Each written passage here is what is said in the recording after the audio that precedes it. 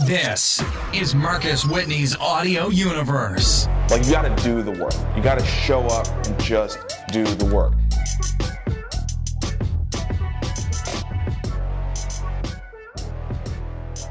Happy Friday. Welcome to another episode of Marcus Whitney Live. Happy to be here with you today.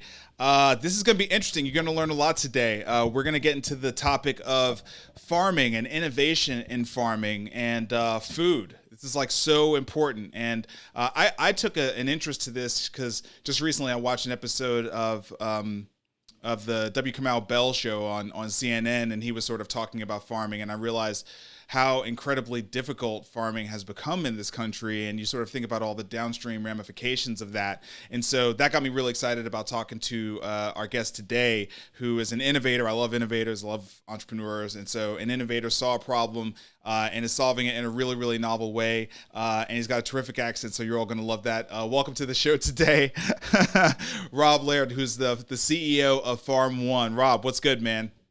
Hey, good to be here, Marcus. Yeah, great to have you. And just quickly, because it's funny, just share with the audience about your desk, because you've got a beautiful view there from your home in downtown New York. But just share with them about your desk setup. Yeah, well, I spent a lot of time at home recently. I don't know if anybody else did, but I did. And I like having a standing desk. And so what I found online, someone recommended to me, was this thing called Desk View, which is something where it has these huge suction cups like they use on construction sites to transport glass, and it sticks the desk on the window. And it seems safe. It's been okay for like 3 or 4 months. So but I love it because it's got great natural light. I can look outside and I can see some trees and stuff. So my product recommendation there. I thought it was brilliant. And as someone who does these shows and is always just a little concerned about someone's light, you look great. It's hard to beat natural light. So I just thought that was super impressive and I worth can't sharing. Fix the face, but I can fix the light. That's all I can do. You're plenty good looking. No worries, man. All right, so let's dig into your background. So I already asked you about this, but let's tell the audience where you're from. Yeah, so I was born in Australia, but my parents are British, and we moved back and forth between UK, Australia. I spent some time in Belgium, and then I lived in Japan for 8 years before coming to New York in 2016. So all over the place, and that's why the accent is all screwy. Yeah, it's a great accent though. It's got like you can definitely hear the Australia in it for sure. That was the first thing that jumped out at me. But then it does have it's got a little bit of like the UK. Drawl is not the right word for it, but it just kind of, the letters get extended a little bit. You know what I mean?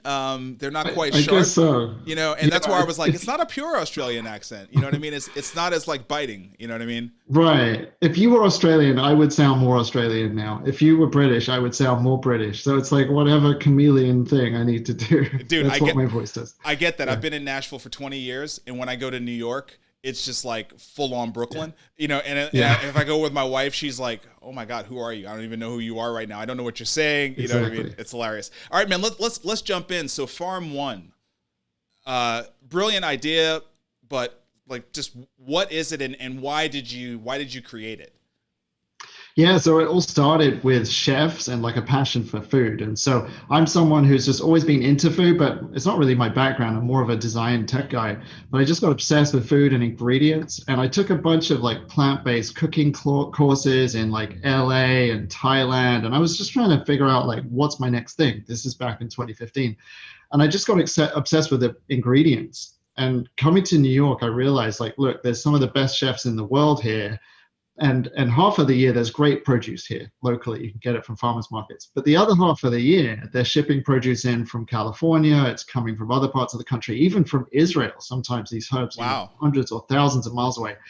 And so I thought, hey, wouldn't it be cool to use this new technology? And literally, I'm someone who saw it on TV. Like I saw a news piece in Japan of like vertical farming, someone with LEDs, and I was like, hey, that's cool. Maybe I could use that to grow produce for chefs. And so like had no idea what I was doing, had no idea of the market, all this kind of stuff, but decided to start really small and just test out the idea and talk to chefs and share them this product that I could grow. And it just went from there. So it was that love of produce and trying to do something interesting for chefs who were otherwise sort of stuck in a situation of importing produce. Yeah, and like I'm just interested before we get into the solution that you came up with. Were the chefs like really excited to talk to you that somebody was actually interested in this problem that they had?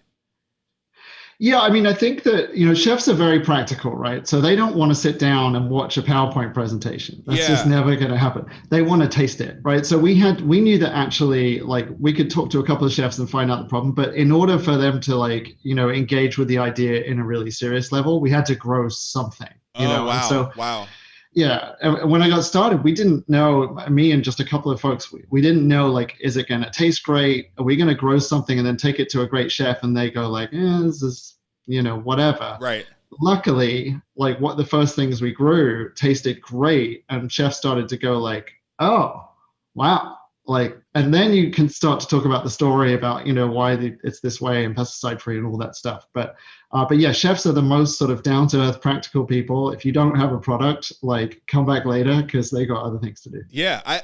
So I'm glad I asked that question, because I was just trying to envision, like, what is this process of, it's like customer development, right? You go out into the market and you test a hypothesis, but like, how do you do that with chefs? You know what I mean? So I love the idea. You had to actually bring them something for them to taste and be like, okay, you're worth my time to talk to you about this. That's super cool. Yeah, 100%. And it's so different. My previous business was a translation technology company. Okay. Very different, right? Very different. It was like, do the presentation, like several week sales process, connect to an API, all that kind of stuff. Right. With chefs, like, the great thing is you can find that customer very easily. Even if you wanted to connect to a top restaurant, you go around the back, you knock on the door at the right time, and like, the person is right there. And so the great thing is you don't need to go to a conference. You don't need to scrape like a million emails or something. Yeah. You can meet that person.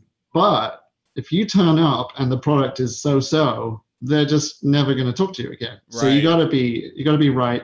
You got to know how to talk to them. They don't really care about the tech that much. They care about the taste. Can you be reliable? All that stuff. And, there's also just little things about how to go into a kitchen. It's a busy place. They're on a time crunch. Don't come in there after 4 p.m. because they're getting ready for dinner. Don't come in there during lunch service. Like, little things like that. And, you could spend hours talking about the world of chefs, but It's a very particular world. It's like doing the elbow bump instead of like the handshake. It's doing all these things that are just chef world kind of stuff. So part of it is getting the team, or finding people who already know that world, or getting the team to know that world so that we can connect really well with the customer. Now, onto the farming piece, you moved to New York City to farm, said almost nobody ever, except for Rob. But talk about, you moved there 4 years ago to start this company. What was the state of farming technology in the vertical farming space? I remember I was hearing about it, I feel like in 2014 and 2015, but it was like really early, you know what I mean? And everyone was talking about being it was very experimental. It sounded great, but like, no, I don't remember anyone who had proven it out to any serious degree. So I would imagine 2016 wasn't much different. Yeah, you're absolutely right. So, a little bit of history, like hydroponics in some form has been around for, let's say, 60, 70 years. But it's been a technology where it's been quite expensive. People have tried to do it really for crops that were very specific, like cannabis. So, it turns out it's great for growing things in small spaces. Maybe if you want to keep them hidden, like, that's a great thing to grow that way.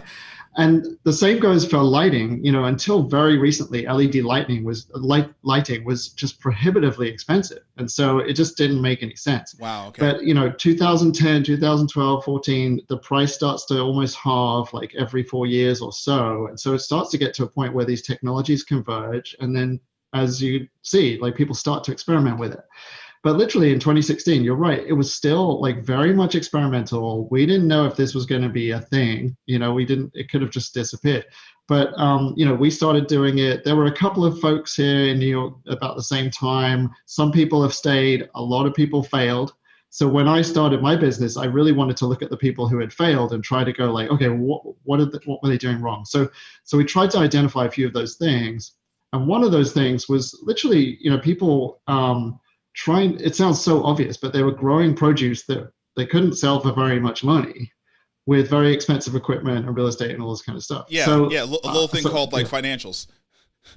Exactly. Right? And so the more I looked at it, I was like, okay, well, I got to grow really specialist produce, because if I can do that, I can charge $50 a pound as opposed to like $4 a pound. Right. The economics are just completely different. Yeah. Yeah.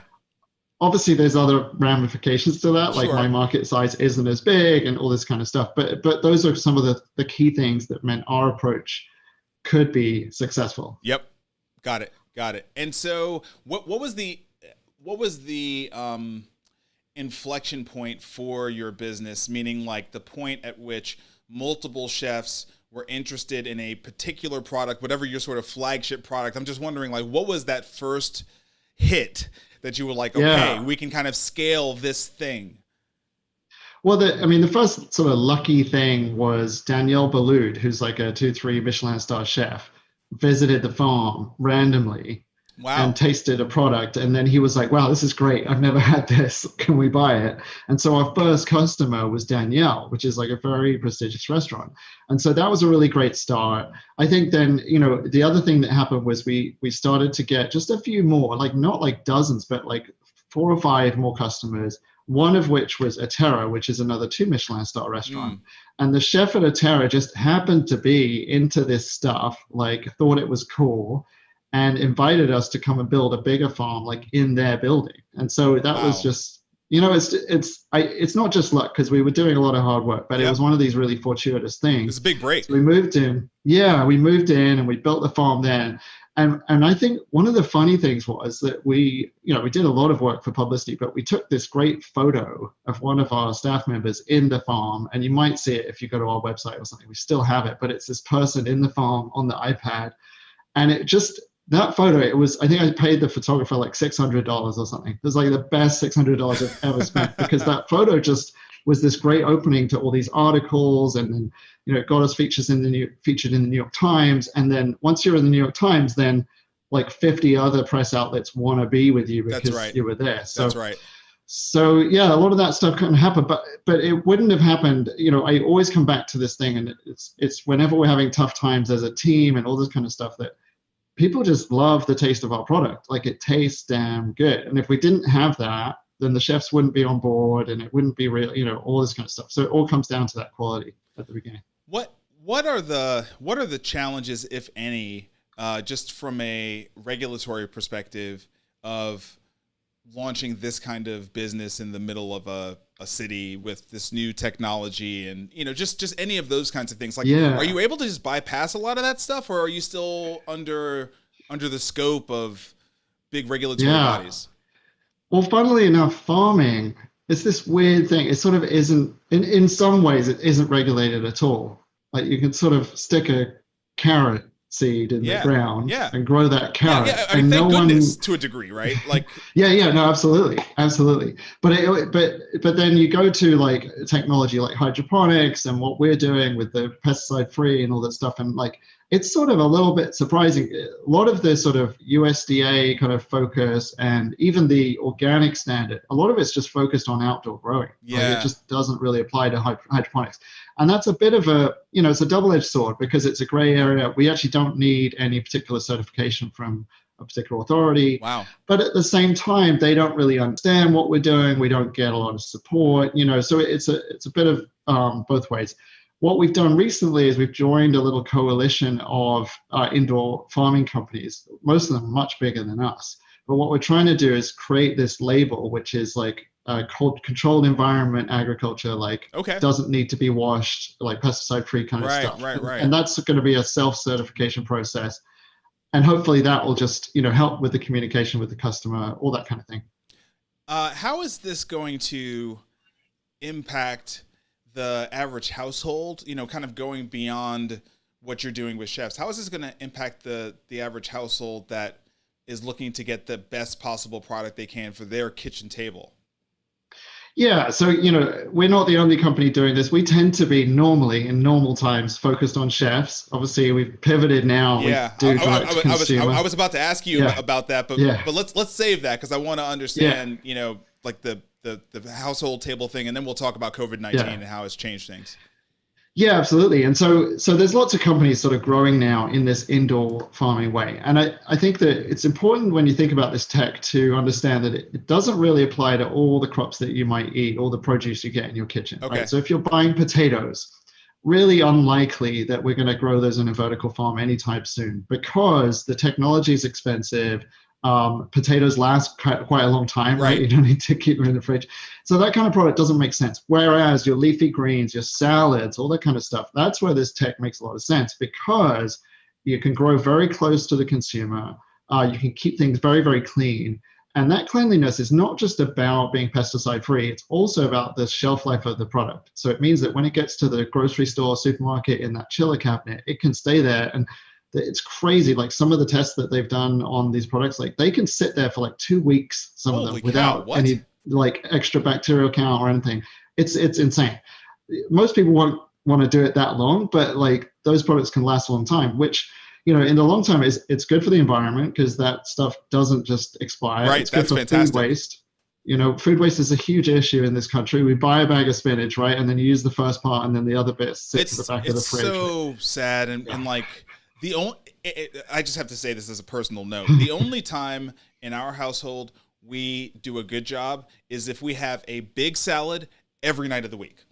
Otherwise, we're guaranteed to waste food, which is terrible. I hate to admit that, but like it's just true. Yeah. It's just true. No, it's very typical, right? So whatever we can do to make that shelf life a little bit longer is great. So consumers, I think most of the time you're going to see it in your grocery store. A lot of these companies like AeroFarms, Plenty, they're now doing deals with grocery stores. So you might even see it already if you go down to, you know, Ralph's or Safeway or Whole Foods or something like that. So it's starting to appear. Okay. And I think is there a particular label or a way that is it if I see hydroponic, does that mean it's indoor or? No, I wouldn't think so. Yeah, most of the time, right? So hydroponics is literally just the equipment. That's so just you the light. could put it outdoors. Yeah, it could be in a greenhouse, right? Yeah. Yeah, exactly.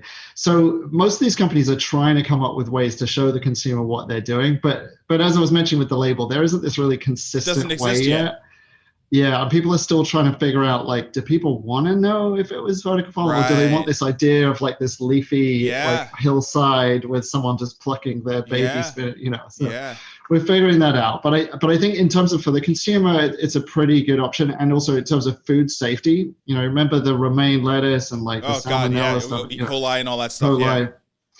Much easier to control that in vertical farming. So we hope to see that and those kind of standards rolling out and just like eliminating more of those food safety concerns. Got it. And is this competitive with the American farmer that I saw on United Shades of America? Like, you know, like I'm just wondering, like, where does this fit with that? Yeah, I mean, I think, you know, if you look at the scale of the vertical farming industry right now compared to traditional agriculture, it's sort of like this right now. So I don't imagine a lot of traditional farmers are finding competitive effects yet. But I think long term, it's a question for America, like how do we grow these different types of produce? Yeah. And so, you know, I would have thought in 20 years time, you're going to start to see field farmers trying to focus on different things. The good thing is, you know, farmland, like it's not like you can only use it for one thing. So I think that it's all about trying to grow these crops in the right ways. Right. But also, the flip side is we're trying to bring the cost of this technology down and down and down. Yes. And if you think about farmland, right? Like if you live in the city, you don't sort of have access to farmland. And if you want to be a farmer, you got to leave the city.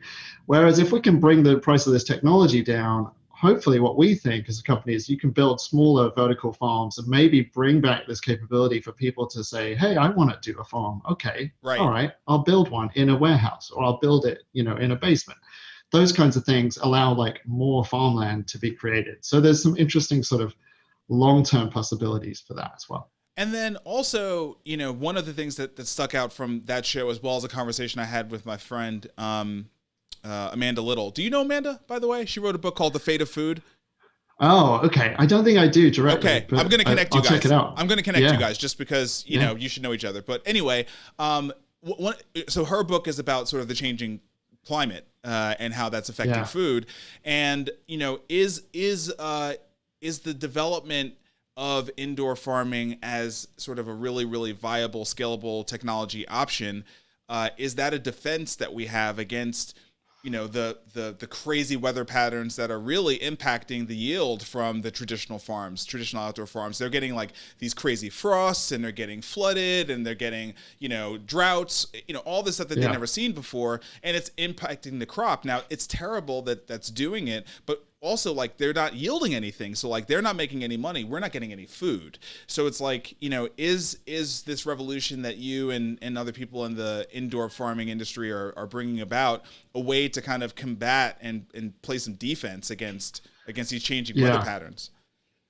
Yeah, absolutely. I mean, it's a shame, right, that this is happening, and but I think that, like every country of whatever size needs to look at what's its farming capabilities, what's at risk. And vertical farming as a technology can be certainty. Like, it costs more and you can't do it everywhere, but it's certainty. And America's in one situation, I would say, but look at like Singapore, right? Tiny nation, not producing a lot of their food, relying on imports, which is inherently risky, like for all kinds of reasons. So, or look at the Middle East, you look at Dubai, or you look at, Saudi Arabia or something. These countries, like, they've got to really look at this stuff, and they're starting to invest really heavily in vertical farming. Singapore, the Middle East, all these countries. And so we got to look at that as a global issue, and also just question the fact that, like, if you're in Hong Kong, does it make sense that your produce is shipped in, hundreds of miles away from a different country? Like, no, if we can grow some of that stuff locally, let's do it. But the last thing to say, vertical farming, again, is just good for some types of crops. I don't, let's not think that it can solve everything, but it's a key part of the overall solution. Yeah. I mean, it seems, but it also feels like it's a great solution for the kinds of crops that might be much more sensitive to changes in weather patterns, right? Whereas the things that are much 100%. more durable probably can continue to be farmed in the way that they're being farmed with a little bit more certainty. Is that fair to say? I'm uneducated, but like, just wondering.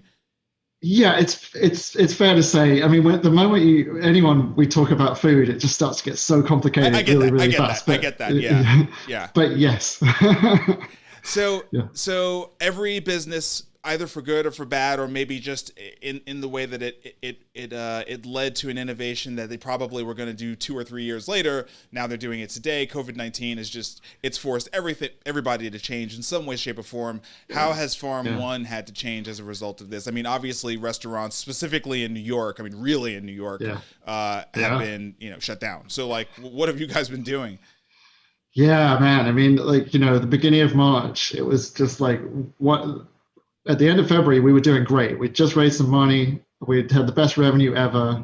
Our chef sales were taking off. We were literally planning to build a much larger facility. We were also doing great with our experiences, which is people coming to visit the farm, cocktail class, tour, birthday party, all this kind of stuff, right? So we get hit with the double whammy, right?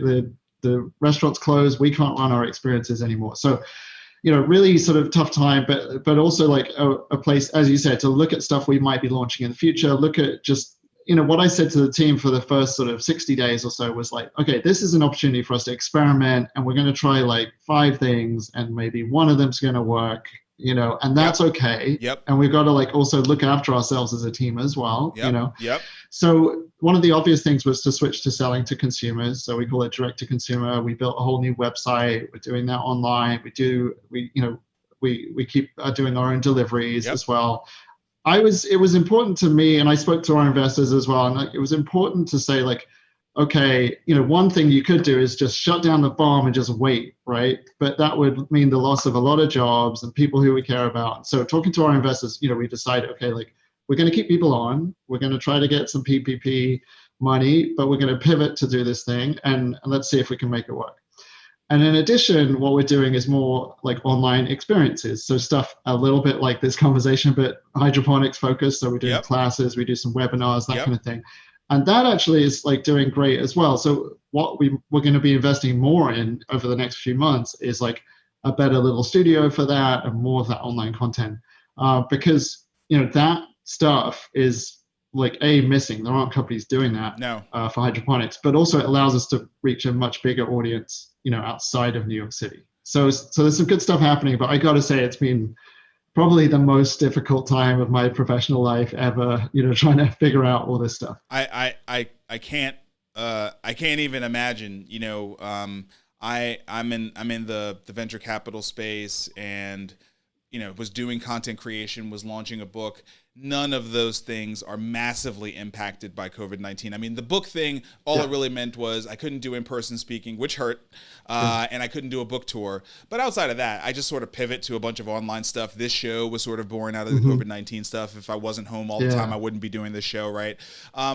But, for businesses where it really was attacked at its core value proposition, us being in the same space.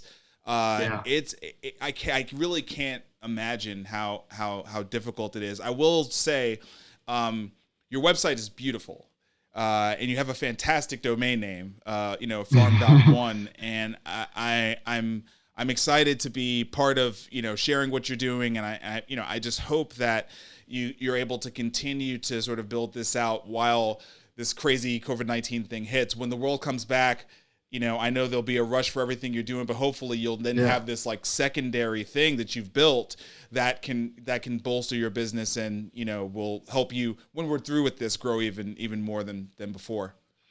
Yeah, no, I believe so. It's exactly as you said. It's about trying to get back to normal, having additional revenue as well. And I would say also, this time and, through the protests after the death of George Floyd and all of the sort of national sort of focus on these issues, it's also caused us to reflect as well as a company in a really great way. And I think it's making us a stronger company now as well. So, we got to get through this economically, financially. I think, we're unlucky as a company in some way. We're lucky in another way. We have some funding. We got a great team. So it's our job now to use this to get stronger. And hopefully we can build more farms that are better representing of the communities they're in. We can work with different partners and we can be, a different company, but a better company. That's my hope.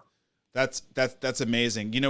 When we first met in the prep for the show, you said, you had no idea how hard this was going to be, compared to other ventures that you've done in the past. And really, I think you were talking about the food, part specifically. Just what is like the biggest learning that you've had in this entire new journey of Farm.One, that just like has blown your mind, but also has changed you in a really, really great way?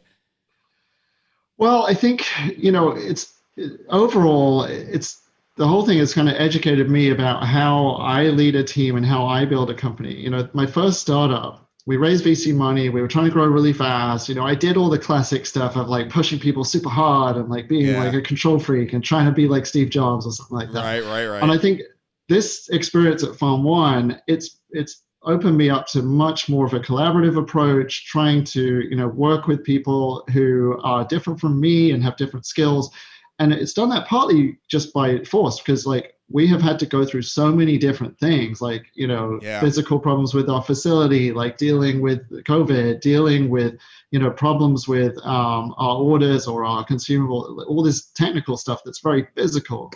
And I think as a team, it's been about teaching me and us to like be sort of a lot more collaborative, a lot more sort of flexible, and more about like nurturing employees and keeping them on and keeping, enforcing their strengths, rather than this sort of like Silicon Valley, like, get in and out like fast, that kind of stuff, because that doesn't work for building great sort of real companies that are long lasting and organic and, here to stay, I think.